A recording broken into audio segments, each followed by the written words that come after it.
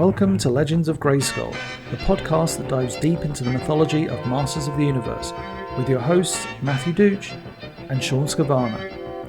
News, reviews, remasterings and more are just ahead on Legends of Grayskull.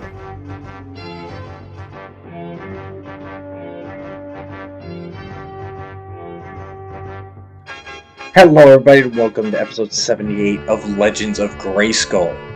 Today we are going to continue with our review of Master Universe Revelation Part 2. Today we'll be taking a look at episodes 3 and 4 of the second part of the Netflix exclusive series. So, now remember, we've already covered parts 1 and 2 on episode 77. Please go take a look at those if you haven't already. And make sure you watch the episodes before listening to these reviews, as we are not going to break it down beat by beat.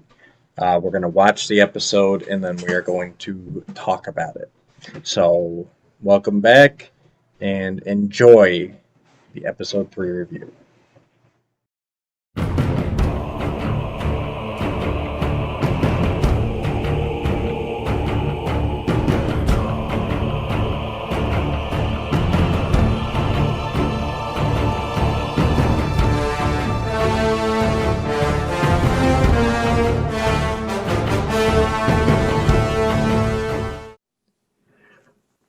So, if I was worried about this show not having any surprises after that trailer, episode 3 completely took care of all that. So, boom!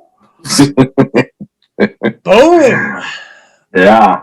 God, I don't even know where to begin. So, I guess we'll start with the royal family. Adam having that moment with Randor at the end of episode 2, and then he gets a moment with Queen Marlena at the beginning of this episode, was amazing. I love those interactions, but you really see, and this is something we talked about in our part 1 review, that we were worried about, what does this do to the king and queen's relationship? Mm-hmm. And we find out that it took a fucking toll on it. Yep. Marlena Adam's like, dude, I can see you guys are, tense. And she goes, I was ready to leave. I was ready to go back to Earth. Yeah, that line blew me away, actually. Yeah, I like that they doubled down on Marlena's Earth origins. I like that. Mm-hmm. So that was good to see. I'm saddened for how far it's gotten, but I'm hoping that now that Adam's back, that there's going to be the opportunity to redeem itself. Mm-hmm. Yeah, I mean, I didn't need. They were basically two ghosts in the palace at that point. I'm glad we didn't have to go through that, and I'm glad we see the other side of it, because that's always done in everything, right, story-wise. So it's nice to see, you don't have to go through all the suffering they went through. You had your own version of that, but on the other side of that, now we get to see, and I love how with Randor, every time she's hugging Adam, she's giving Randor that look, and Randor looks more and more timid and more and more, it's sapping some of the happiness he had for this day out, because that stuff is still there between them. But and it's interesting, right? Because obviously Randor, and Marlena says it, like, Randor was upset with me for not telling him the secret, and basically he was justified in that, but he resented me for so long that by the time he was kind of ready to move on and repair, it was too late on my side. Like that, and that. So now it's funny because, and that's what threw me at first. Before Adam and Marlena had their talk, it's Randor who looks like he wants to go in, like, group hug, we're a family. Yeah. It's Marlena who's shooting him the looks, and I was like, wait, what? Like, if anybody, it should be Randor. But I mean, that's it. it's very humanizing, right? I mean, it's probably the path it would take, but it's an interesting dynamic to think like he was upset, he had every right to be, but basically that pushed her to a place where she's not sure she can come back from, and Mm-hmm. yeah, but even throughout the episode, we see them coming back. In the war room at the end, they're all together planning. So I don't think never say never. But yeah, it's still going to take some work, and not everything's magically solved at the end of 20 minutes like it used to be. Exactly. Yeah. And I mean, this episode definitely has the lion's share of connecting to the prequel books. Yes. Because other than the Orlax in the last episode, now all of a sudden we're getting it. So apparently now that is canon within this. That evil the whole my parents were going to eat me, which I'm still not a fan of that, and the fact that now it's in here makes me just go like, oh, so we aren't going to put that under the rug. I wasn't a fan of it to begin with. I know I didn't want to dive too deep into the comics, but they hashed out on screen here, so we kind of have to. The Evelyn, I get the whole Evelyn having a messy childhood. That's fine. I would have preferred her. I mean, they even put Zalesia in it, which was interesting. But they didn't go with her being from the royal family. She was just a peasant's daughter, and her family tried to eat her when they were hungry. I'm like, that's so oddly specific. I'm not sure why they're so entangled with that. The eating thing, like the cannibalism. It feels so out of place in a Masters of the Universe property. To go there. This episode was full of those moments for me in certain ways because we'll get to the other one in a minute. Don't you worry. The other one, I'm just sitting there going, I'm about to let my daughter watch this, and I got splaining to do apparently. But I wish they didn't do that because I don't see any reason that they needed to do that within the story. They could have had it just that maybe they gave her to somebody for money, and that's they were so poor that they like the Oliver Twist kind of a deal or something versus that, and that's going to be one of those like why do we have to do this? They were so poor they couldn't afford to feed her, so they abandoned her. You know what I mean? Like left her in the village, or left her in the marketplace. You still do the whole gutter rat thing, street rat, scoundrel. Yeah. Take that. Yeah. A little bit of music for your day. Yeah, I don't understand the cannibalism like double down here. I don't see it adding anything to the story. No, other than us having this moment right now, and it's I don't need an episode of our show to be all about that for that reason, but it is like out of everything that you've seen in Masters, that is the one where I'm feeling like that crossed the line into something that it didn't need to do, even for mature audiences. To me, mature audiences for Masters would be the action is amped up a lot more. There is some blood, which I'm okay with, because if you're going to be fighting with swords, axes, and all that, there's going to be some wounds and things. Yeah. But when you start going into cannibalism, there's like, wow. And parents with kids, even though in the comic, they explicitly said that those were not her parents, that she was sold to them. Here, she says my parents, which is interesting. So it's a little bit of a... But either way, it's weird. It's weird, and I don't feel it adds anything to the story. Other than to just make you uncomfortable, I guess. Which it's to make you sympathize, I guess. But for me, I would already sympathize enough if they said, "I'm too bad now." If she was just abandoned, and that was, and she was forced to live on her own from the age of 5. Yep. Surviving on her own and all that stuff. And I mean, that's him right here. He's 5, and I can only imagine how that would be for somebody his age. So exactly. But we did get to see Skeletor rescuing her, which I actually love that Horde armor Skeletor that they came up with, where it's just the Horde logo on the belt and kind of a red trim, red and black scheme, but it works really well. I really do enjoy that design, and it's nice to see the nods to the Horde, which we got full score in the comic, and it was nice to see them keep those little hints. Hey, buddy. Yeah. For those of you listening on the audio podcast, Sean's son is hugging him from behind right now with gloves on. So I'm not sure what his plans are going to be, but he obviously does not want to leave fingerprints. These are his new winter gloves, and he just likes them so much. But yeah, maybe that is the other option. I don't know. I didn't think of that. Yeah, I mean, again, it's like this is the one going, oh, this is why those stories are in those books, but it's almost like too little, too late. Yeah, and honestly, I think this could have worked without the books. Like, and we'll get deeper into the books. But sorry, you're good. But yeah, I felt the flashback scene worked better than the comic book did. You know, as far as just like that's all we need. We just need these quick snippets. We don't need a 20-page deep dive into this dissertation. So. Yeah, exactly.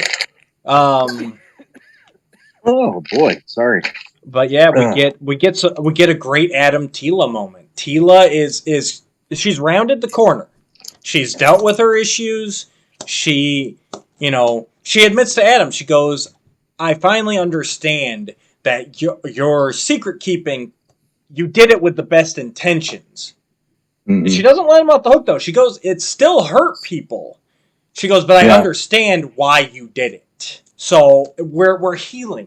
We're getting there. We're getting back to a good place, and I love it. And Adam's like, "All right, this is it. We tried about 17 times during the first 5 episodes, but I'm finally going to tell you." And she's like, "Yeah, the sorceress is my mom. I know." And it's like rug pull. I like that Tila was finally able to put it together on her own, but I also feel like I kind of got robbed of something at the same time. So that's subverting expectations. That's probably so far my biggest regret of the series. Honestly, I wanted it to be the sorceress. And I think the sorceress always wanted to be it too, and that's why she forbade everybody else. Because she felt when the time came, it'll be me. And unfortunately, in this canon, she is not able to. Yeah. Yeah. I don't know. This is, for me, this is one of those episodes that on the good guy's side, I like that there's resolutions finally. You know, we're getting there. This is... We're clearing the deck so we can move forward into the big grand finale of this thing. Mm-hmm. And, there's acceptance of the secrets. There's acceptance of the past, the destiny, destiny, and the past of, I know who my mother is and all that kind of stuff.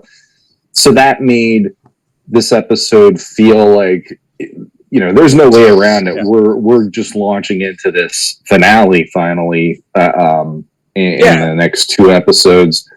But it's like the good side, you're feeling that, and then on the bad side, there's stuff going on. Oh, well, we're doing this. Yeah, well, the whole first part is all about the destruction, the splintering, the feuds, the lines drawn. And so here we're getting people coming back together. We're getting resolutions. And that honestly, that's what felt good about this. It's like, okay, we're buttoning some of this stuff up. Because a lot of stuff, I mean, you can look back at some of our reviews. Multiverse was a big one. Like, usually we're heading into the finale and we're like, oh, but we got this, and this to take care of. And we've only got an episode or an issue left. And we're always kind of worried. Here I'm like, okay, we're actually we're knocking some stuff off, and that's a good feeling. While opening up new doors. I like Man at Arms. Man at Arms is playing Skeletor and Evelyn. He may be the captive, but he knows exactly what he's doing. He knows he's doing he did it with Skeletor in the last episode. He's doing it with Evelyn here. Like, hey, you're the sorceress. If Skeletor wields a sword, he's your champion. He serves you. And Sorceress never thought of He-Man that way as her servant, but he knows how to play into Evelyn. Mm-hmm. You know, he knows what makes her tick. He's the most dangerous man on Eternia. He knows, you know, exactly. And he knows exactly what he's doing. But he raises some good points. You know, he's like, you're supposed to be the master of this castle. You decide who gets the power and all this and that. Which we know. Again, we know the sorceress never thought of her position like that. But he knows that's how he needs to manipulate Evil Lyn to get her to do something. Because that's the only thing he can do right now is try and pit the two against each other. And he's doing a masterful job of it. Yeah. I'm enjoying this because it's like once you set the wheels in motion in her mind, you're in trouble. And I like that this episode highlighted that quite a lot. And I mean, geez, yes, we saw what we saw in the trailer to make us go, well, there's not going to be any surprises. But no, there's surprises. I mean, I like in our last talk about the last episode, you know, the whole how long has Skeletor had this without relinquishing the power. Yep. Well, now we see it. And I love the Womanly Wiles deal. And it's like, did you ever think you'd see that in a Masters of the Universe storyline at all? The seduction? Yeah, the seduction part. No. Ah, see, I didn't either, and I felt they're going so weird. Yeah. It was so. I was uncomfortable. I'll be honest, and I'm thinking the same thing. Like my kids have been dying to watch this, and I'm sitting there, like processing it as me, and also processing as like, does this go too far? And I don't think it does, really. It doesn't. It's more, teenage. Because it's Evil Lyn and Skeletor is why it feels so wrong. But yes. Evil Lyn seduces Skeletor. She's like, since you've been back, we have not had... I forget the term she uses, because she doesn't even use, like, relations or intimate time. Like, it's written, you can tell they wrote it as in, like, I know some people are going to have their families watch this. The dialogue is there where it's all very innuendo. Like I said, like, they don't even say, like, relations or nothing like that. But basically, she's like, hey, let's do the nasty. We haven't. So... And she says, she's like, but with you in that form, you would kill me. You'll kill me. You'll kill me. Yep. Oh, I just think of the boys in that scene where that's that female superhero and the landlord and the popped head. Yeah. If you guys haven't seen it, it's hilarious and gruesome and arousing all at the same time. But yeah, she is so... And he depowers for... that's the number one thing. I can't believe Skeletor depowered to go to, pardon the pun, Bone Town. That was the moment that I'm... Again, 5-year-old sitting here watching it, and I'm sitting here going, I don't know what to say here. He didn't really say much, but then when he's like... Especially 5, I don't think. I could see my 9-year-old, and especially my 13-year-old, obviously. There will be questions. 13-year-old is... mature enough to handle what they showed. Basically, they're close. Skeletor puts his hand on her stomach, very close to boobage, but not there. Well, she puts her hands down his stomach a bit too, and all that. Yeah. The straddle is the point where I'm like, the straddle. Jesus, he sits in the throne of Grayskull, and Evil Lyn gets on top of him. Yep. But she got the cape and everything, the cloak, so there's, I mean... He's king for the day. Yeah. Definitely not what I was expecting. In the case of this, it's weird. It's like, in the case of this show, you and I privately have had those talks, like, do you think... Yeah, it's like, no, in here it's flat out. They did. They've done it.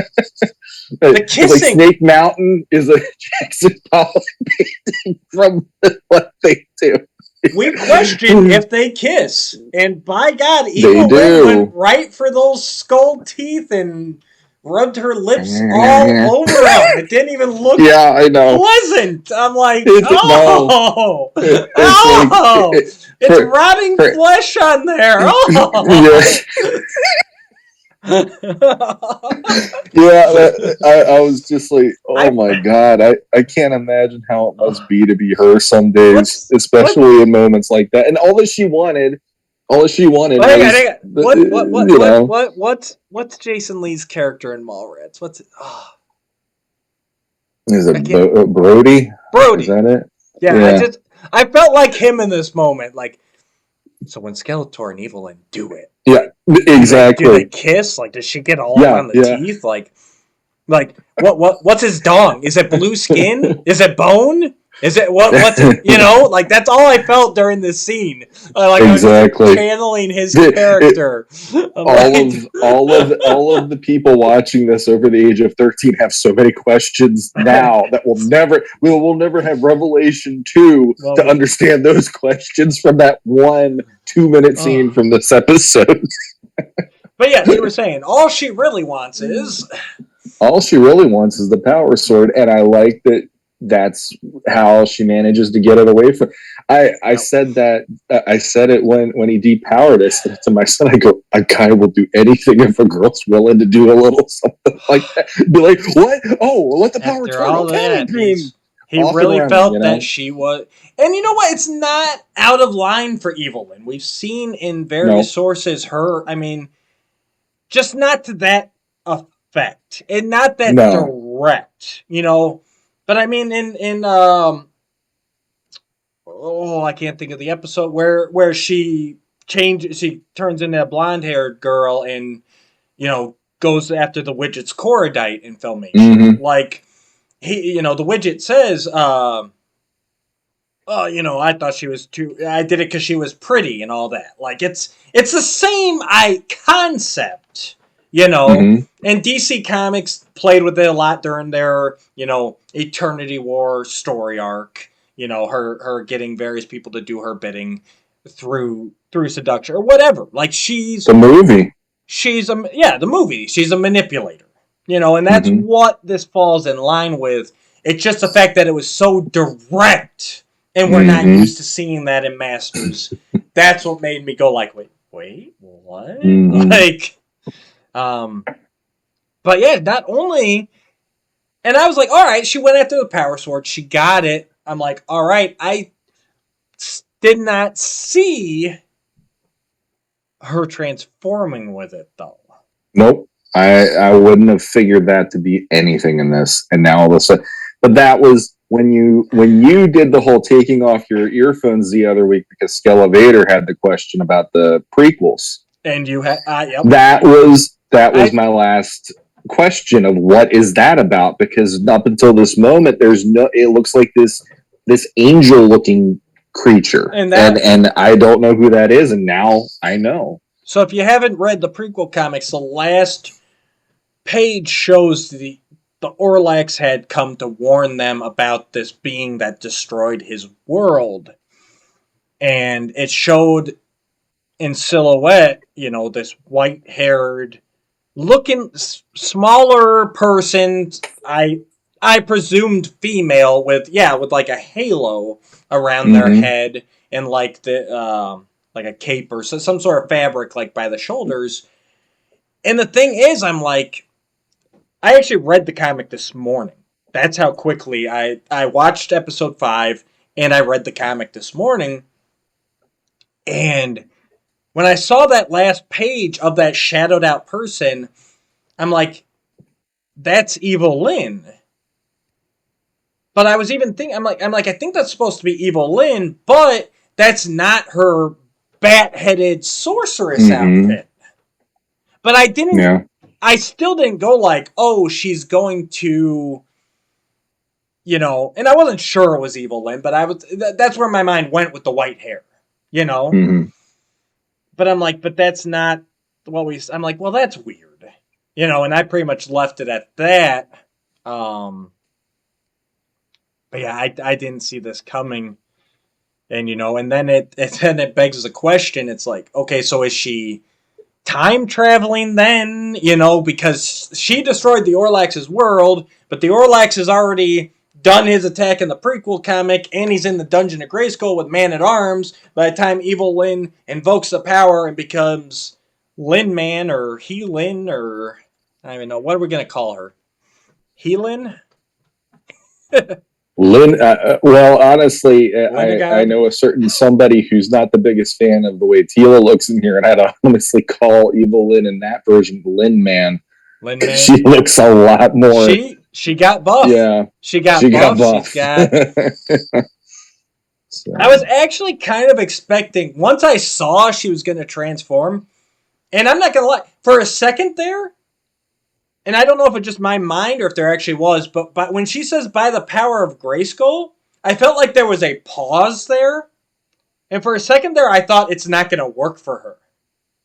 Mm-hmm. That might just be, I'd have to rewatch it without, but for a second there, I doubted that it would even work for her, for that there would be something wrong, and like Skeletor would walk over and be like, "You idiot, kind of what we speculated before, like, I did something to make it work for me," or you know what I mean? Like, there was something special there, because again, it's going into my problem with, all right, so anybody can do that now that they know the incantation. Which we'll see. Maybe it had to do with her being the sorceress first. That's what I thought, because I agree with you. It's the minute that one can do it, all can do it. Yeah. It works in the CGI. It doesn't work as this canon for me. So we'll see what happens there. But I was actually impressed that, like, they talk about the whole celestial. He calls it a celestial event. Apex. I think. The celestial Apex.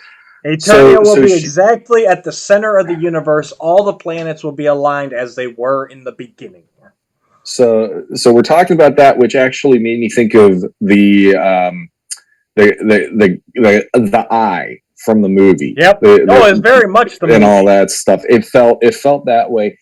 And what I liked about that takeaway before she turns into Evil Lyn, He-Man, whatever, is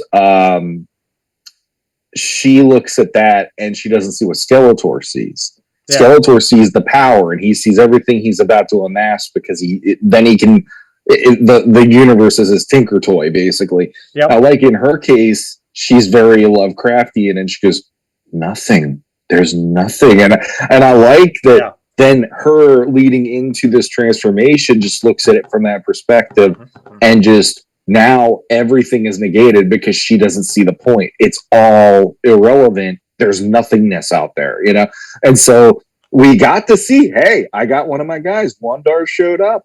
Yeah, he did. Now he's no longer again. Every person I wanted to see again into oblivion.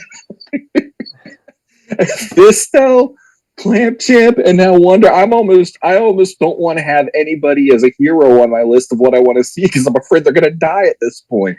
So that is a big thing too. It's like, okay, how are they going to handle that? Is that an end? Does Teela bring them back? There's a whole bunch of questions even with just that moment. And did you notice, so Evil Lyn, after she transforms, and I was actually kind of disappointed in her outfit. I was actually expecting, as she's transforming, once I realized it is going to happen, I was hoping for something a little more She-Ra inspired. Because Skeletor kind of got that perverted He-Man look with that H on his chest and stuff, you know what I mean? And a little more armored up. I was kind of hoping, like, maybe they'll lean into She-Ra's design a little bit, but I really didn't feel that. It was just kind of, I don't know. I'm not sold on that design. It looks very plain.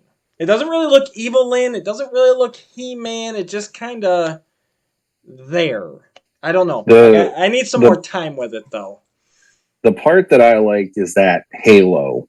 Halo? The halo thing. I think that's really wicked looking, but otherwise, I agree. Like, and the color scheme didn't even... No. The color scheme on Skeletor was his color scheme for the most part. With Evil Lyn, it's like, there's blues now, and I know there's blue in the costume, but it's not even that blue, so it's like, this is a whole different more just like armor. Yeah. Yeah. I did like the cape that kind of did that CGI thing where there's kind of like the starry void in the cape, Yeah. That was nice. Yeah. But yeah, we'll have to see where it goes. But she's got power. She's destroying stuff. She destroys Preternia. You see the Soul Flames again. Like Skeletor had Fisto and Clamp Champs in episode 1. As Preternia's getting wiped up, you see a bunch of those getting kind of extinguished. So I still think, I'm with you. I think they're dropping little hints like this may not be the end. There may be some things that can be undone at the end. And I'm hoping. If you recall, that was one of my big complaints on Masterverse, or not Masterverse, Multiverse. Yeah. That, I was, the whole trip through, I'm like, I'm hoping at the end there's kind of some sort of reset, some fixing. And I'm saying the same thing here. I'm like, I don't need, like, everything undone to where nothing matters. But, like, if you're saying there's no more afterlife, that's kind of a big, change. I don't know. I just, not even that I need everything reset, but I'm hoping they create some happy ending. Creating new, after. It's just something. Just, I would like some of the wrongs to be fixed, So, but we'll see. So at the end they're like, Evelyn makes her proclamation. And how, okay, basically, I'm giving you nothing to live for. It's all in the now. There's nothing out there. It's a void. She's very much the 16-year-old goth chick that's like, there's no point. I'm going to write poetry. Exactly. So, yeah. After all that, they're like, the heroic camp is like, well, what are we going to do? And Teal's like, well, I'm going to try, for Randall and Marlena are going to head out to try and recruit people. Teela goes, I'm going to, that'll take too long. Let me try and send out a telepathic message like, her mom used to do whenever they needed help, which I loved. And then they go, well, we'll need... I forget the exact phrasing. But basically, well, they're like, who do we go after? And they're like, well, anybody, right? And they get a knock on the door. Did you know who was going to be behind that door? Did you call it? I actually didn't call it, but I didn't really either. That I didn't call it. Who'd you think? Out of anybody who's still left on the game board right now, that's what I thought it was going to be. I thought it was going to be a group of heroic warriors. I thought it was going to be like Ram Man, Buzz Off, Stratos. Like they were just talking about them. Yeah, maybe they would have shown up without them needing to go to them for They were like, hey, something. We saw the shit. Skeletor's back. And Evil Lynn. We're here. We're here. That's who I thought it was going to be.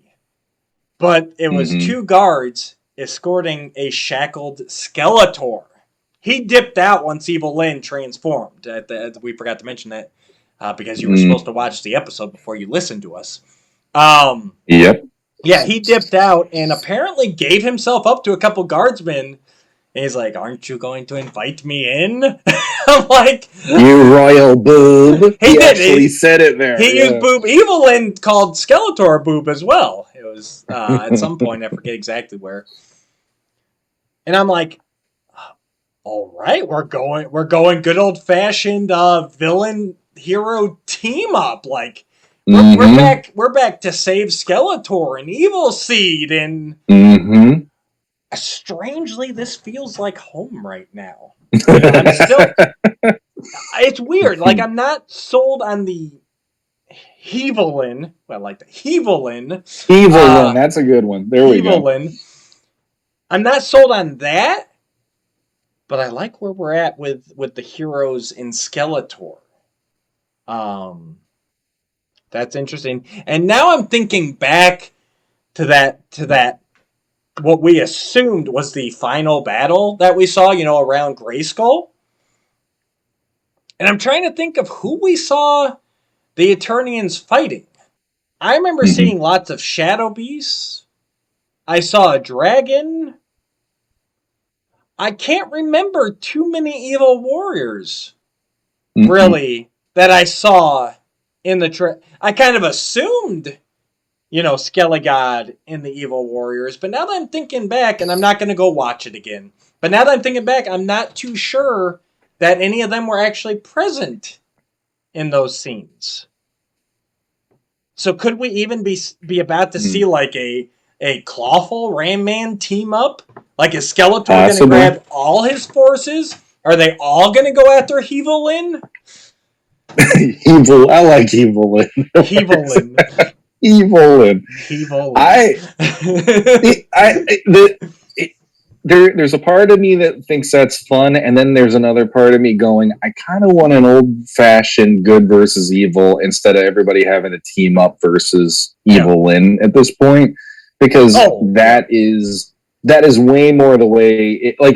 The premise of the show for me isn't it's going to be a continuation from your childhood. The premise of this show is going to be you just threw all of your toy box on the floor, and you're just going to have a old-fashioned melee. And at this point, it reminds me a little of Voltron, Legendary Defender, where the final season, since we're getting into the final 2 episodes, the final season was about something that I didn't see coming from a mile away, and suddenly they're doing that, and I'm like, this isn't what I really wanted to see. I wanted to just see you go up against the main bad guy.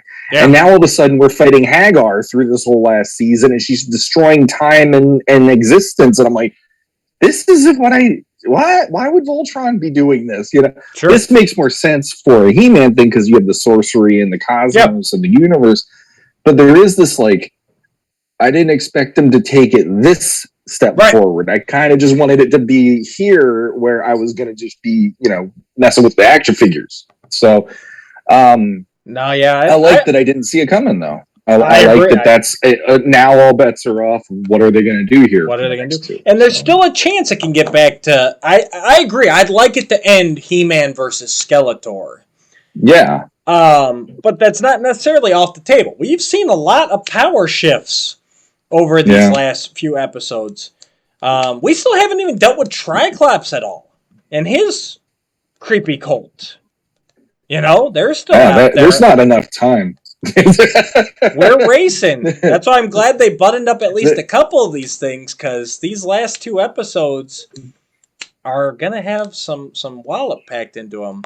I do like, though, with Skeletor depowered and Evelyn kind of being the big bad at the moment, this does give us a chance that we can end this without He-Man killing Skeletor. Mm-hmm.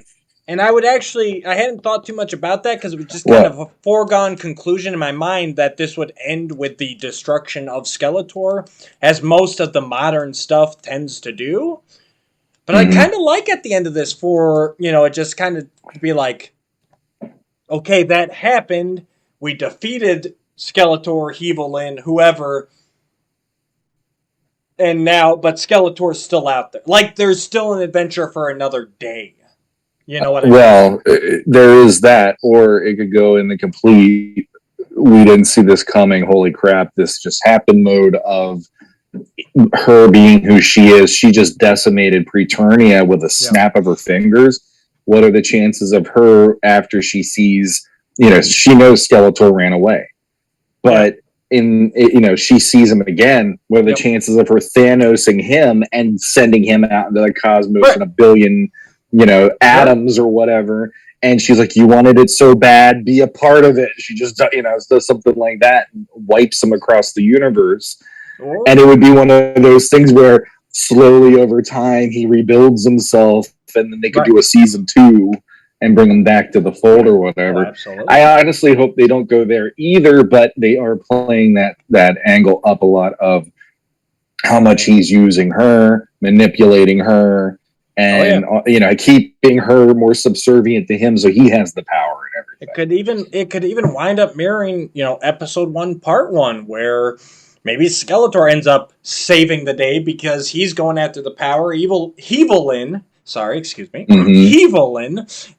trying to keep it, and they end up destroying each other like He-Man and Skeletor in part 1.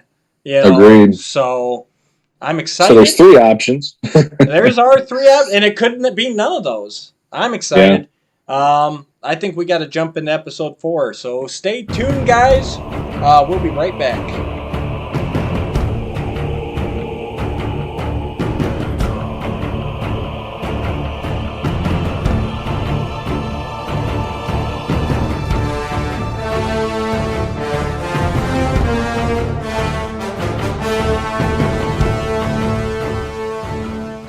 All right, guys, welcome back. We, as you can tell by the lighting, and I got a haircut in there,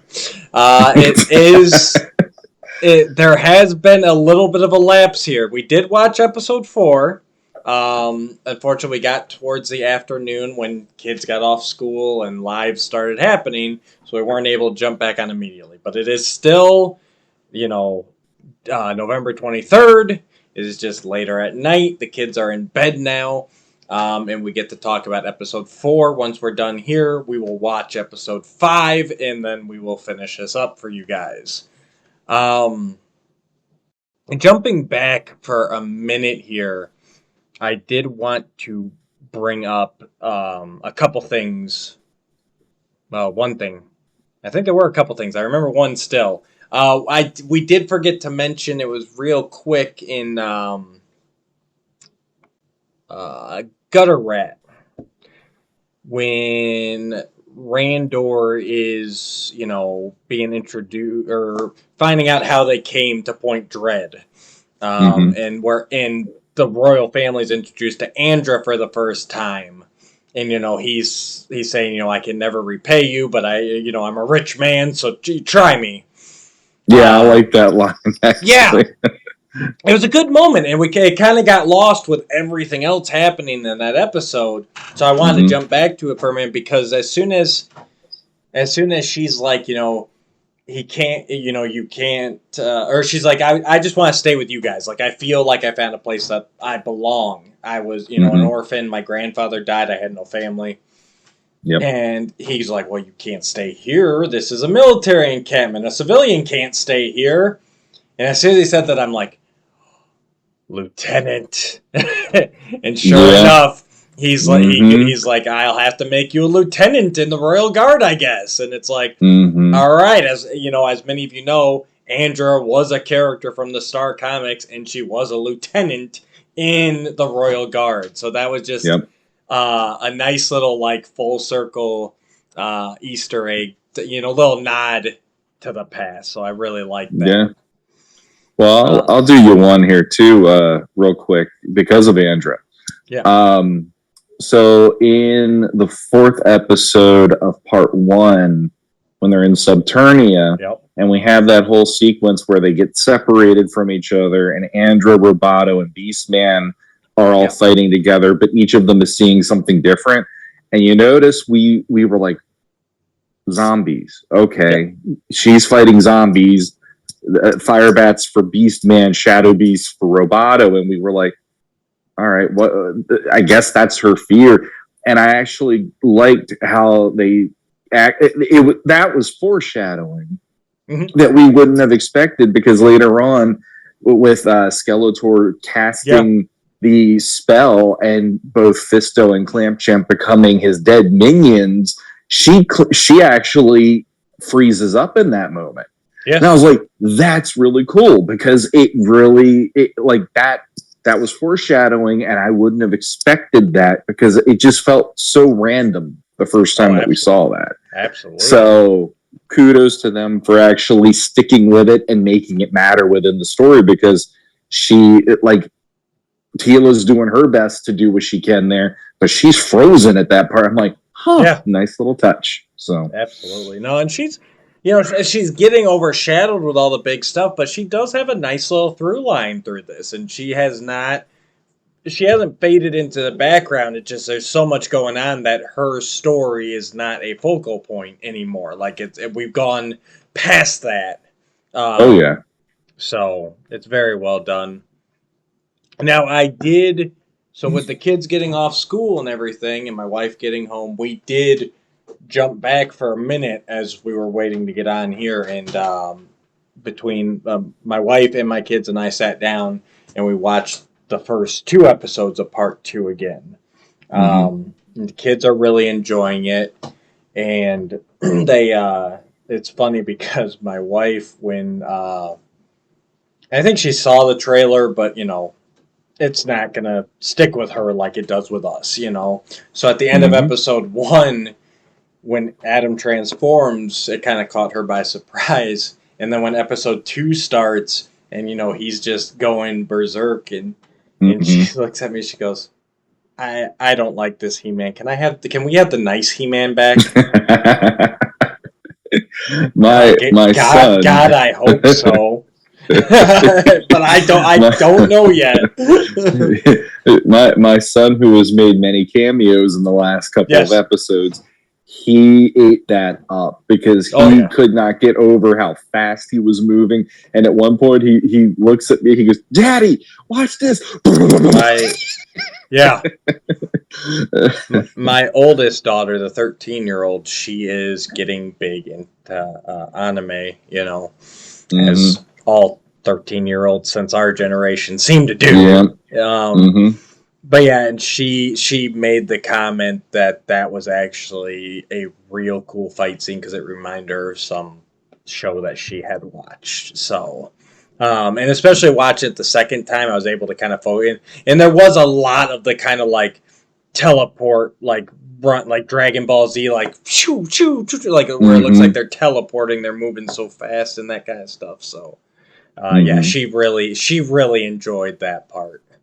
And they were all kind of shocked with the Randor moment. I mean, even like my wife, she never, before we met, I don't even think she'd heard of He-Man, to be honest with you. But even her in that moment, like she still got all the emotion. Like there's just some universal truths, in this saga that. And she was saying the same thing we were, like, as the chains are being pulled and everything, she's like, you might want to hurry up with that speech there. Yep. My wife said the exact same thing, and she was basically saying what we said earlier, like, how are they holding him back? And he might want to speed this up. And I'm like, exactly. I started laughing, going, it wasn't just me that thought that, because the minute those guards start slipping toward, it's like, I know every one of them is like, would you hurry the fuck up? Come on. Right. And yes, I did that because today we're off the chain, apparently. Well, I'll be putting warnings, But I'll actually say, and this won't spoil anything for anybody, but that moment is maybe one of my top 3 favorite moments of the entire 10-part episodes, because I was genuinely, the drama there was real, the emotion there felt genuine, and it's like, I don't know many sons who wouldn't want to hear that from their dad, even if they've heard it once or twice before, hearing it once again. And on top of that, if you don't have that person in your life anymore and getting that one, it's like there's multiple reasons that scene really does hit. Because like I lost my father 10 years ago, and it's like, to be able to have had like, here's one more day, and just get the chance to be with him. So it's like that fires on so many different levels. It's really impressive. And it's like, and this is a Masters of the Universe cartoon. And there's people that are genuinely getting emotional about these things. And you know what? That's pretty freaking cool. Yeah. Yeah. And the death, I mean, none of my family could believe, Sorceress, Fisto, and Clamp Champ. It's like that one is still nagging me. It's like, my God, I was just so excited to see Fisto, and we had him say a couple of one-liners, which for me, that was like, I didn't need the one-liners. That was definitely a negative for me, and I know that was played into the meme deal. But yeah, just the fact that, wow, both of them just bit the bullet together, and I'm like, I like both of those guys, and now they're not here. So, and it's like, well, I'm gonna hold out and see about Manny Faces at this point, because it's like He-Man, Fisto, Manny Faces. That's my triangle of my favorites, pretty much. Yeah. So, yeah. Well, let's get into. We got episode 4, Hope for a Destination. It's a really weird title. Exactly. And even thinking about the episode, like, I'm not really sure where that one's coming from. I guess they're talking about Tila's destination. I don't know. It's kind of It's kind of some weird, of these but titles, like for this part, I feel the titles aren't nearly as interesting as the first part. yeah, and they're not as specific. I mean, well, even cleaved in twain. I don't know. They're not as specific. I don't think it's like, for as much as crap as we gave the forest at the ford. The Forge at the Forest of Forever. Yeah, I know those words go in some order. Something like that. Yeah, we gave that. I still like that title though. I like the title, but again, it doesn't actually. They don't actually ever refer to a forest of forever. I'm still gonna stick with that. But even that was okay, it's about the forge at the forge. Like, okay, that's what we're doing. Land of the dead. But like cleaved in twain. It's like, well, what was cleaved in twain? I guess because the sorceress is killed and the warriors are split. But even that, it's like ambiguous at best. Blood and reason is probably the closest. That's like The second part, it's like the first part is pretty much you'll see why it's named that.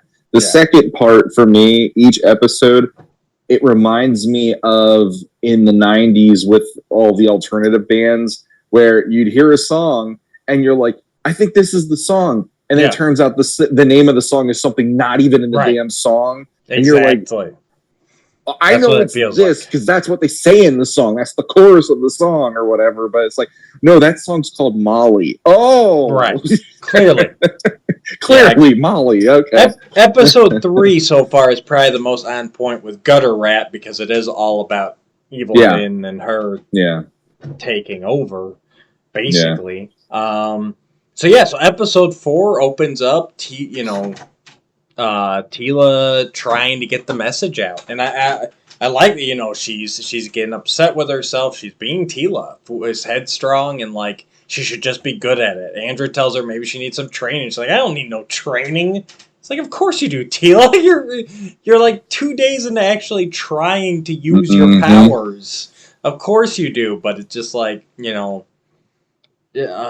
she's really struggling with just everything that's on her, and she makes that the sorceress could have gotten this message out. It's like, Tila, don't compare yourself to your mother. Like, I mean, that's not. She had a lifetime of learning, but I liked it, and I like that they're not just making it easy. Like, it's not like, oh, okay, Tila's decided to embrace her magical side, so now she can do all this stuff. It's like, no, she is really working for it. Yeah, a lot of people.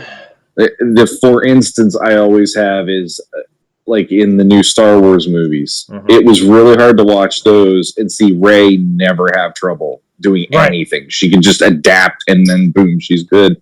And in this case, it's fun to see Tila having a learning curve because she's usually the one teaching Adam to do this and that. So here we are. It's like, she's going to be pissed. She's going to not like butting her head against that wall while she's learning. That was a good characterization. And we start to see the royal family kind of healing. Randor and Marlena are by each other. They don't seem as repulsed. There's maybe a chance. Maybe. So it's quick thing about the royal family, especially Marlena. What's your take on how Alicia Silverstone did the voice for her on this part, on the whole second part so far? So far, I haven't been troubled by it. I think she's serviceable. They do. I know they made her say as if. What was that? What was that in response to? They were saying about that if the new sorceress doesn't get the message out, then this might be the last sunrise we see on Eternia. And she's like, as if. Yeah, I remembered it was really like awkward, and it was like, okay, yeah, she was in Clueless. We get it. But other than that, like, honestly, and even it wasn't delivered like her character in Clueless, like, which was even weirder. But no, I've been fine with Alicia. Actually, I've been fine with Alicia, but Diedrich Bader as King Randor has really impressed me. That guy's talented, and he's done a lot of voiceover work over the years. Batman and Batman the Brave and the Bold was him. So, but yeah, what are your thoughts on Alicia? I'm not impressed. Like, out of all of them, she is the one that I feel is a stumbling block. Every time she says lines, I always feel like I'm cringing. So I was just curious if it's just me or not. It really feels like someone else is directing her, and everybody else is being directed by someone together in unison. But she's off in left field, getting a direction.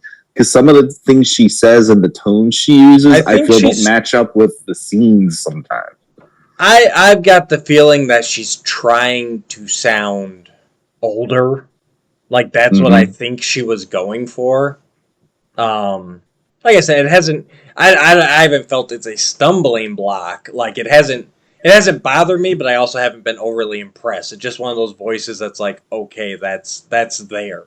You know, kind of like we said with Tila. Sarah Michelle Gellar. Thank you. My mind kept saying Jennifer Love Hewitt. I'm like, no, it's not that 3-name chick. Yeah, Sarah Michelle Gellar. It's like, yeah, it's Sarah Michelle Gellar, and she's doing Sarah Michelle Gellar, you know, as Tila. Like, it's not, but it's like that with me. It's like, I'm not overly impressed, but I'm not like, oh my god, it's Alicia again. Plus, I've always had a big crush on Alicia Silverstone. Well, so, you know, I can't think of any guy, you know, like I grew up in the era when the Aerosmith videos were basically the lifeblood of MTV for a while. And it's like, every time those came on, you just kind of stopped and just stared for quite a while. But actually, something I said earlier today, first episode of part 2, and I was complaining about Mark Hamill. This episode is the turning point for me where Mark Hamill made me go, I'm on board now. Here we go. They didn't make it speechify, and the way that they have Skeletor in this episode, it's fun. It's fun to see him where he is in here.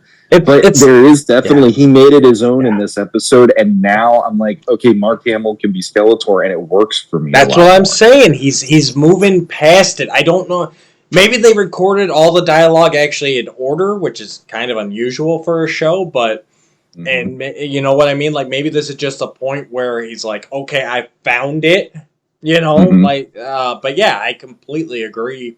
And just the dynamic with him being knocked back down from the Skelly God and now having to, you know, be a little humble. Like, I mean, because we go right from there to, you know, the war room, and it's Adam and Skeletor, and they are just, I loved it. I absolutely loved the scenes. That is Adam and Skeletor in this episode. They, like you said, Chris Wood and Mark Hamill playing off each other and playing straight, not with one bleeding out and one, you know, having the power of Grayskull, like, you know, back down on the level. You know, that I like you said, it's a whole different tone in Skeletor now. Gone is the speechifying, gone is the monologuing, and now he's just that was my problem. Yeah, he's like, okay, but I mean, it made sense. Like, he was like, I have the power, I have the sword, I have the castle. This is my time. Like, he was the peacock strutting, and now he's like, all right, Evelyn's got it. What are we gonna do? Yeah, I feel like part of why I probably wasn't into it as much was it really had Joker bleeding into that one when he was gloating for me. Yeah. It felt like, okay, this is now Skeletor for this show. And I like that. And I like that there's the argument between them in the scene of, you know, Skeletor's like, well, just call down the power again. And he's like, I'm not doing that again. Like, you know, I like that he refers to it as that thing. He doesn't even think of him as that was Adam me.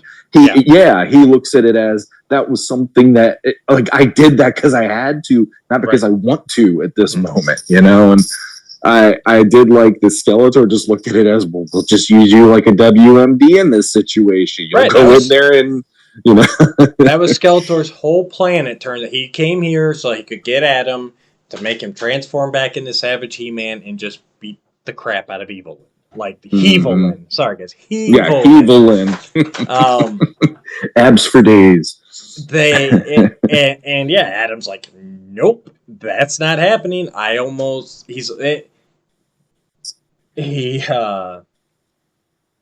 Sorry, Matt Rodriguez messages are popping up. I don't even know what that means.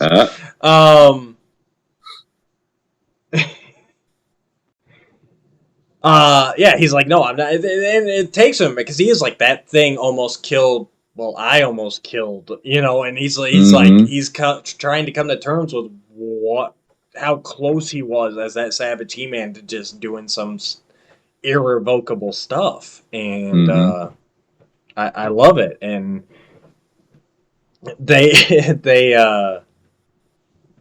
Adam, as Teela seemingly gets the call out finally, Adam comes up with a plan, and he tells Skeletor that they have to go to Grayskull.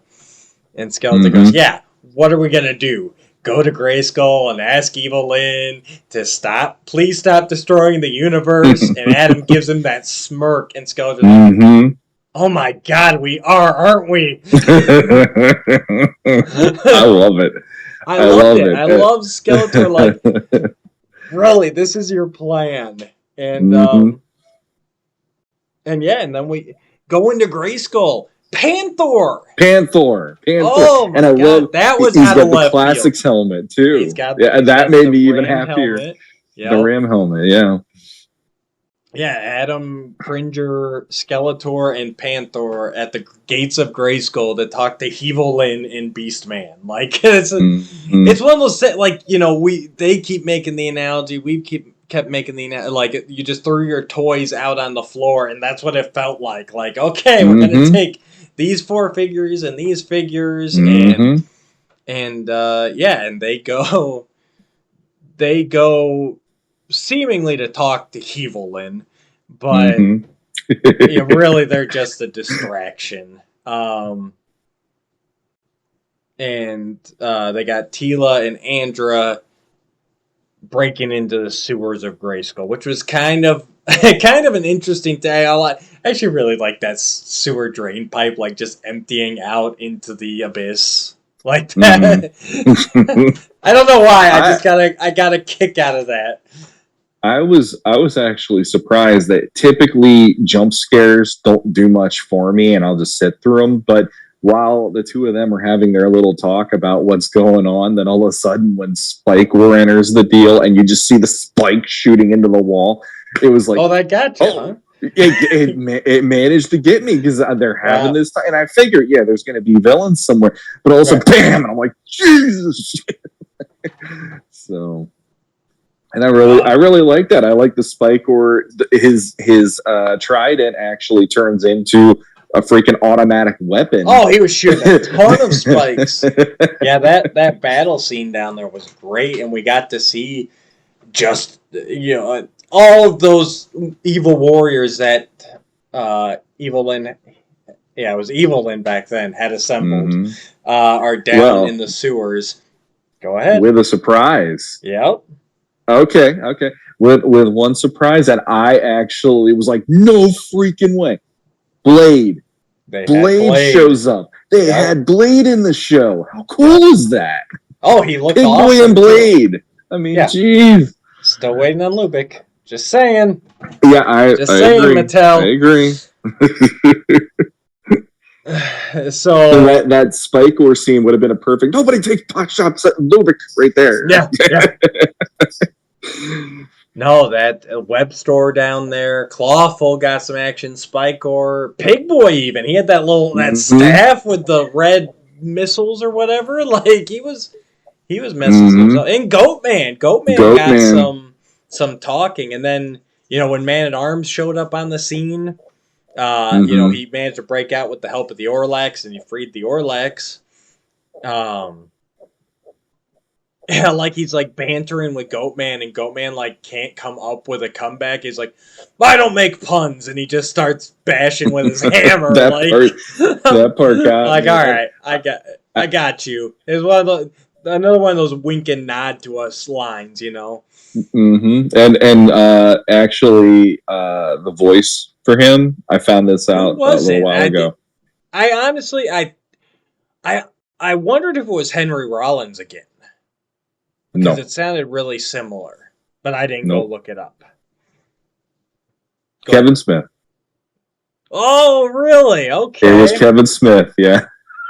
So he Gotta go watch he that also again. stuck his toe in the water on this one with a voice. So He there you always go. does that egomaniacal. No.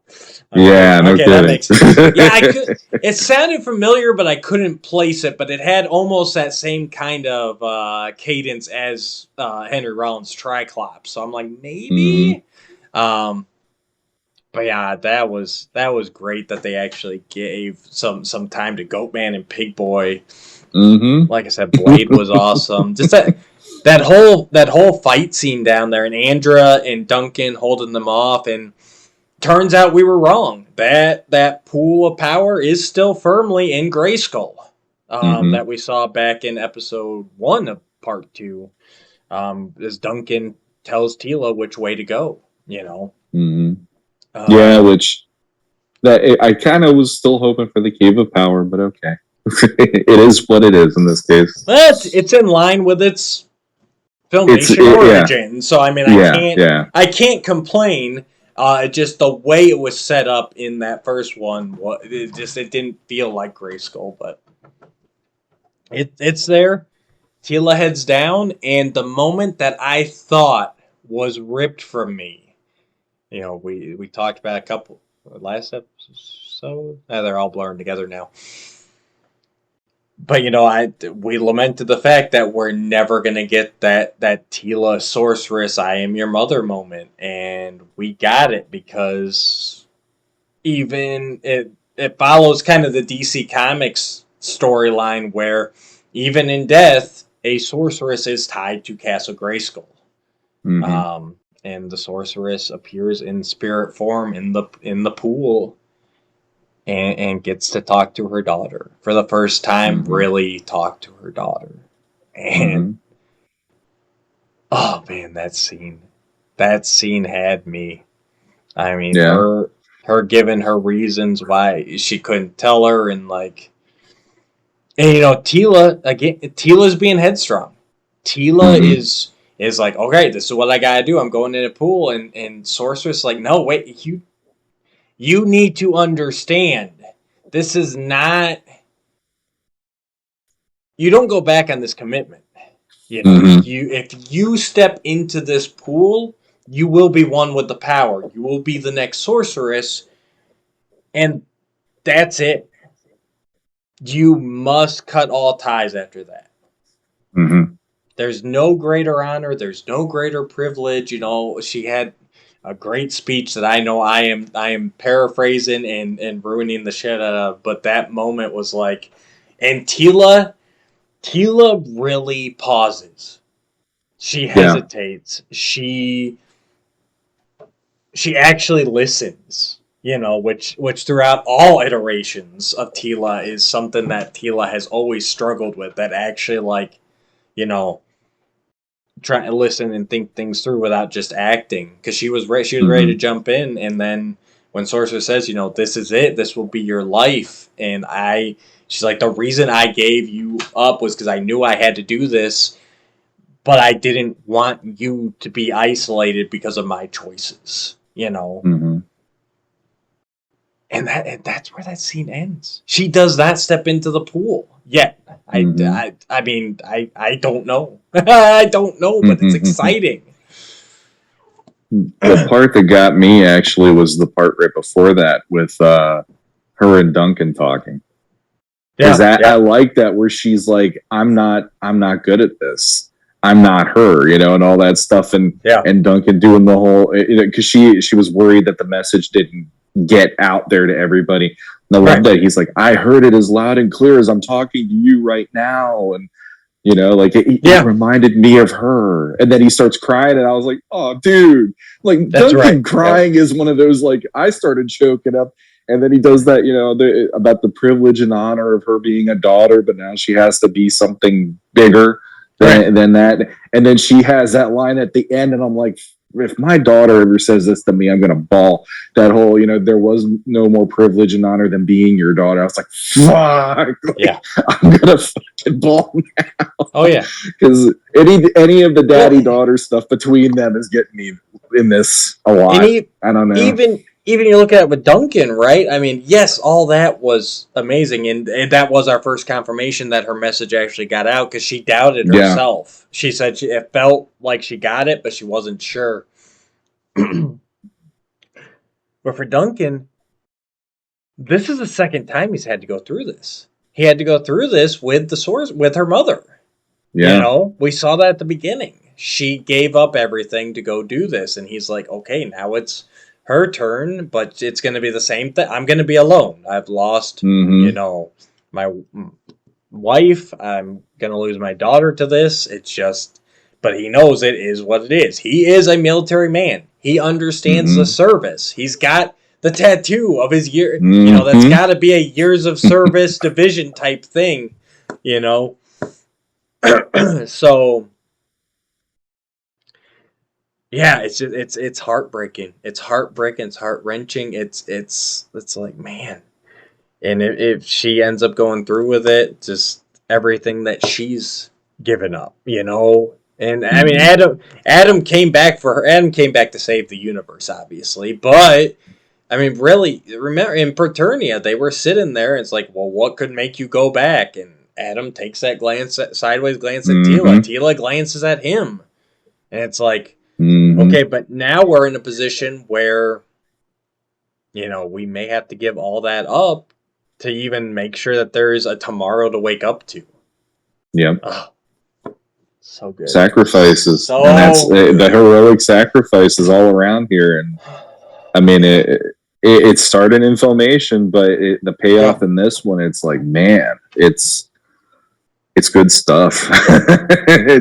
If you don't care about these characters, even if you haven't grown up with Filmation, if you're watching this and giving it a shot and you don't care enough by the end of this, they did something wrong, obviously, because I'm definitely feeling this stuff a lot more than I felt ever with any Masters of the Universe materials at this point. Yeah. So, well, we're coming to an end. I mean, we're coming to we can feel it. We know it. It's 10 episodes. We're on 9 right now out of the whole series, and it's like we can feel that these things are set in motion, and we're going to get resolution.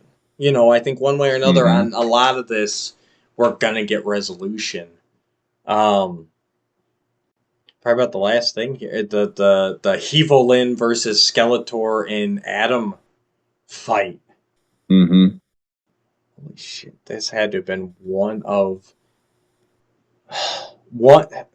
I'd say it's one of the best fights of the series, but the reason it is one of the best is because of the other ones. Because I even made the comment in like Skeletor has his fighting style, He-Man has his fighting style. I made the comment in episode 1 of part 2 where it's like, okay, we're still seeing Skeletor doing the same kind of fight with the portals and everything, but now it's like amped up because of Skelly God. But this one is like they have merged their two, like they fought against each other for so long, He-Man and Skeletor, that they're actually like the perfect partners in a duel. It's like because they already know each other, and now they're just combining their stuff. Skeletor casts all those portals. Yeah, he I starts like that part. shooting Adam through them with Adam with his guardsman sword and everything. Yep. I am just cheering. I'm like, yeah, it was great. I mean, it was that kind of stuff where it's like they just know each other. You get all that history. You don't, you always say, Sean, I'm ripping the words out of your mouth. Show me, don't tell me. It's like, and right there, you've shown how well these two guys know each other. Yeah. And know how they're going to fight, know what they're going to do, but turning it to where it's like, okay, our powers combined, we might stand a chance. And they get some shots in. They draw some blood. Even Hevolin really looks like she's worried at a couple points there. You know, where she's like, "Oh shit!" Like they might be able to accomplish something. Well, that fight in particular, the more I think about it, it's like, have you ever wanted to see Doctor Strange and before the super soldier serum, Steve go into battle together versus a bigger. It felt like it was the two of them versus Thanos in a sense, and like watching the look on Adam's face during it, you can kind of tell he's just like, oh shit. Like there's definitely moments, where, especially that portal sequence, you kind of got the vibe like, I'm getting pushed through all these things and I'm doing the best to keep up with this. And you know, he still, you know, he's still putting up the fight. And this fight also, I honestly, I know it's not in response to what you said earlier, because earlier you were like, well, you know, muscle memory, and he should be able to get. It's like, there you go, you got a fight where Adam is legitimately going head to head against somebody, and it was actually a really well done fight. Plus the fact that you also have Panther in the mix, you have Cringer in the mix there. Yes. I enjoy it quite a lot. That, you know, not only is it the two of them going head to head against her, but their steeds are also in the room going for it with them. So working together and everything. Unfortunately, we do lose Panther during this. Evelyn turns him to stone and he cracks. I love Skeletor's because he's legitimately upset. Exactly, and there's all these people that typically they're like, oh well, he doesn't have the same affection for Panther the way that Adam would with Cringer. It's like, oh no, you genuinely the animation there, the shock on his face. I will kill you for that. And I'm like, ooh, he cared all along. I think it's a little bit of he cared and a little bit of Evelyn kind of crossing a line. Like, she has backstabbed him before. She has come up with her own plans. She has tried to betray him. But now she's taken out one of his own minions, you know, in Panther, and it's like, all right, you've cut ties. Like, this is, you know, it's the same as her taking out, you know, Beastman when he was working for her. You know, like, it's like, okay, this is it. We're not coming back from this. Isn't the little, you know, power struggle we usually have. You're full on saying, I'm done with you. So I think it's kind of all that rolled up into one, you know. But, yeah, Cringer, and then, you know, how Evelyn turns the tide. And she made a comment about it earlier. So once Beastman showed up in that scene, I knew where it was going. And I guess we'll go with it. But yes, she turns Beastman into her battle dog. That was nuts. That was... Like I said, I once he showed up and everything, I'm like, oh, they're actually getting it, because she made that comment earlier about, are you a beast or are you a man? I should point this sword at you and turn you into my battle dog, saddle and all, you know. And I'm like, oh, all right, like that was funny. But then once he showed up in this battle, I'm like, oh my god, they're actually gonna do it. And then when you see how huge he is, that's nuts too. yeah, he's like battle lion sized. Yeah. It's a neat concept. I struggle with it for the same reason I struggle with the idea of, you know, anyone being able to pick up the sword and say by the power of Grayskull. Like I liked that it was like, I liked the design and I liked the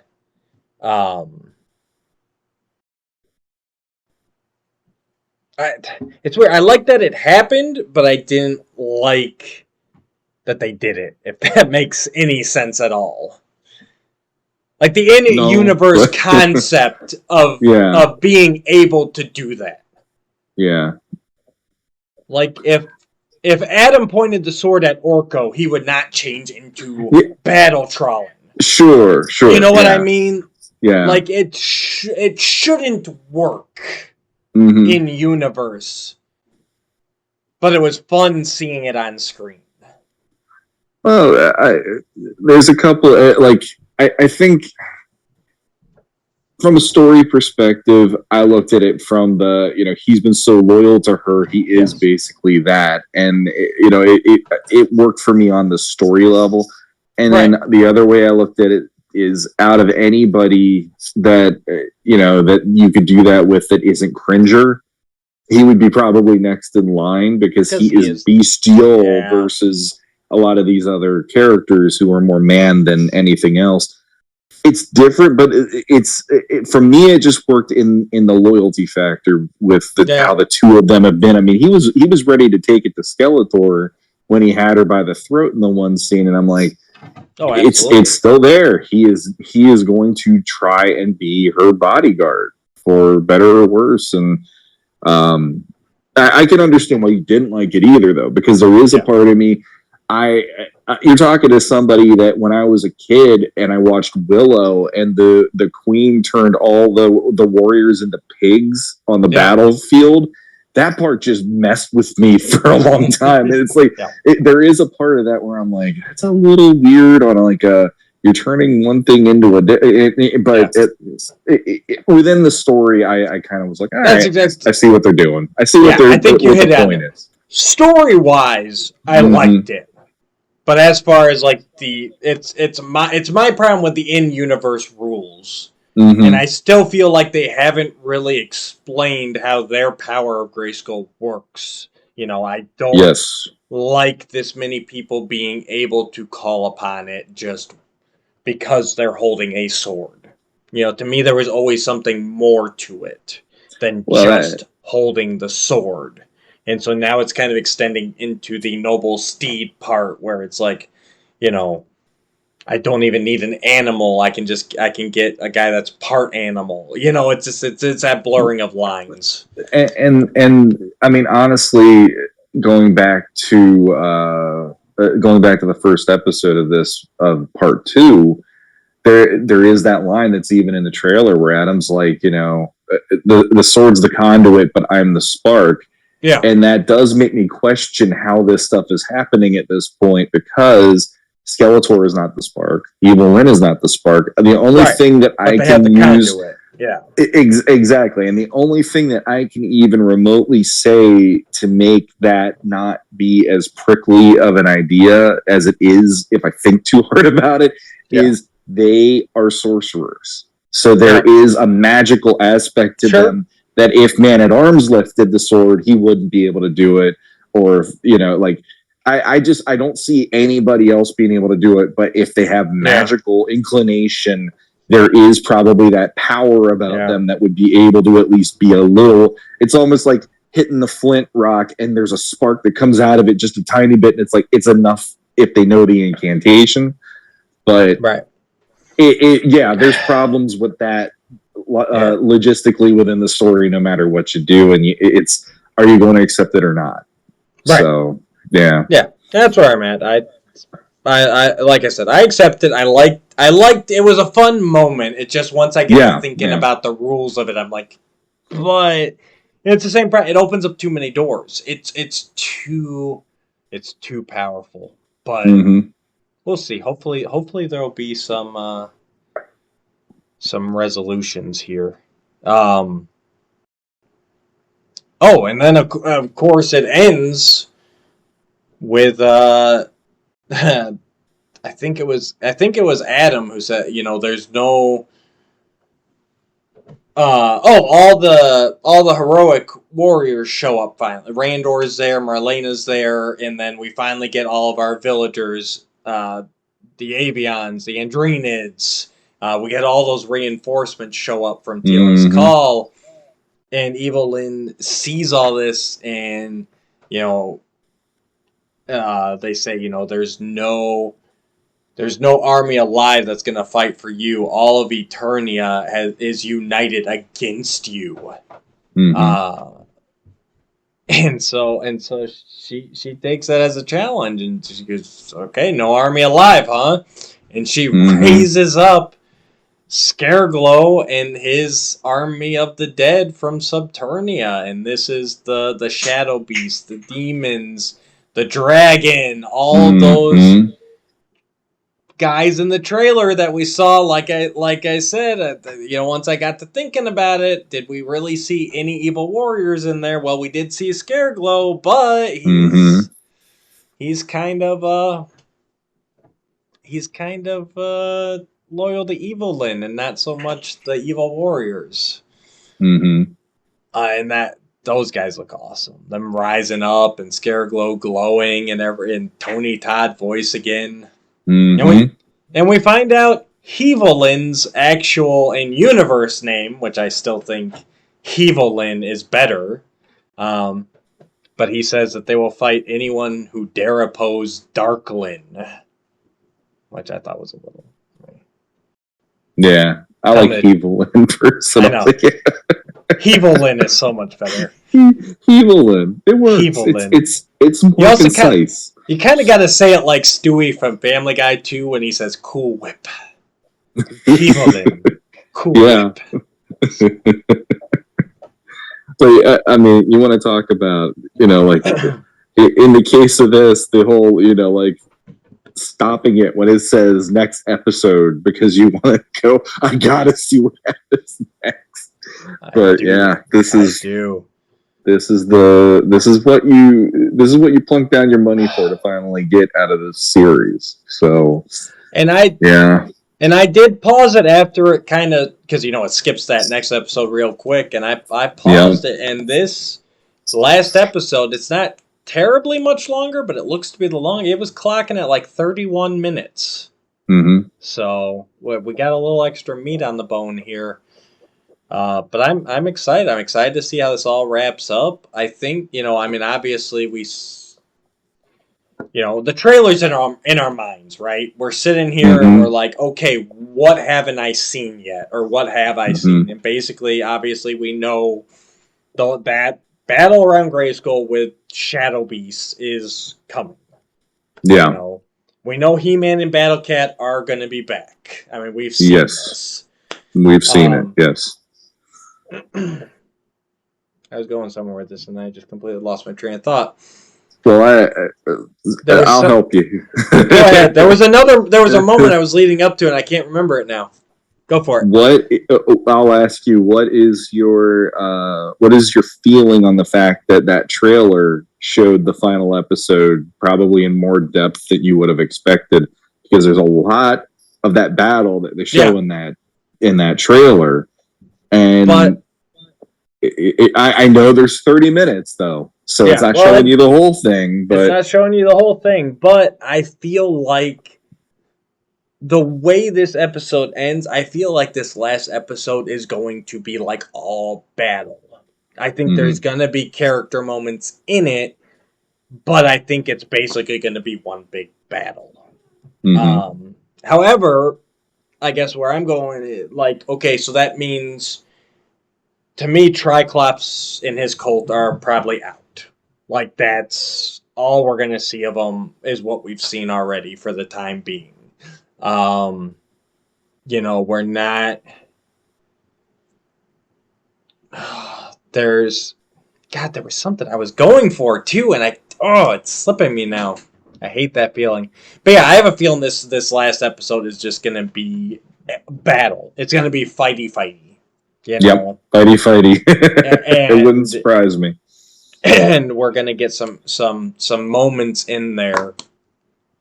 And I think I'm doubling down. I think it's going to end up being Skeletor taking down Evelyn, and I think there's going to be some sort of sacrifice there. Kind of bookending, like I said earlier, from the He-Man and Skeletor kaboom to an Evelyn and Skeletor, or Evelyn, sorry. Evelyn and Skeletor kaboom. I think that's gonna kind of be our wrap up, and I'm just and we've got all those heroic warriors still. You know what I mean? Like we saw Stratos and Buzz off momentarily as they arrived, but we know Ram Man's still coming. Yep. We know that Fisto isn't. I'm not going to be one of those haters. I'm not going to be one of those haters, but there is that part of me that it's like, out of all the characters that you possibly could have done this to, you did it. Yeah. I'd still like to see them come back. Like you said, we know Orko's coming. You know, is he going to bring some guys with him? You know, what happened to those souls? You know, so I don't know. It's like I usually am when we're facing the end. It's like, okay, we got 31 minutes and we've got all these loose strings. We've got all this stuff that we hoped to see, and can it live up to the expectations that we've set in our minds after 30 plus years leading up to this moment? Or ever since, not even that, but even since 2 to 3 years ago when they announced this series. Yeah. I mean, the series too, but I mean, we all got the baggage. We've all got our personal history with the line, and like we said earlier, I think that's where a lot of people stumble, is because they can't separate that where they felt the story was going to go from when they were a child, or where they hoped it would go. You know, this is not where I ever thought it would go. I did not think it would end up Adam and Skeletor versus Hevelin, but goddamn, that was a fun episode. Yeah, I enjoyed it immensely. I still am not sold on Hevelin's design, but that it is what it is. So I think this has probably been our longest wrap up yet, but I think we just need to go and watch episode 5. Let's do it. Let's do it. All right, guys. We'll be back. Stay tuned. See you in 31 minutes. All right, guys. Thanks for tuning in today. We're going to take another break here. We'll be back soon, wrapping this up on episode 79, where we'll review episode 5 of the Netflix series. Stay tuned. We look forward to it. Drop us a comment down below. Let us know what you thought about episodes 3 and 4. Like, share, subscribe, ring that bell, all that. And until next time, go watch Netflix. Oh, come on.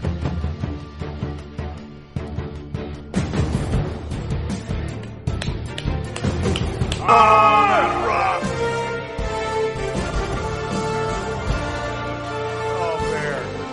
Oh, bear.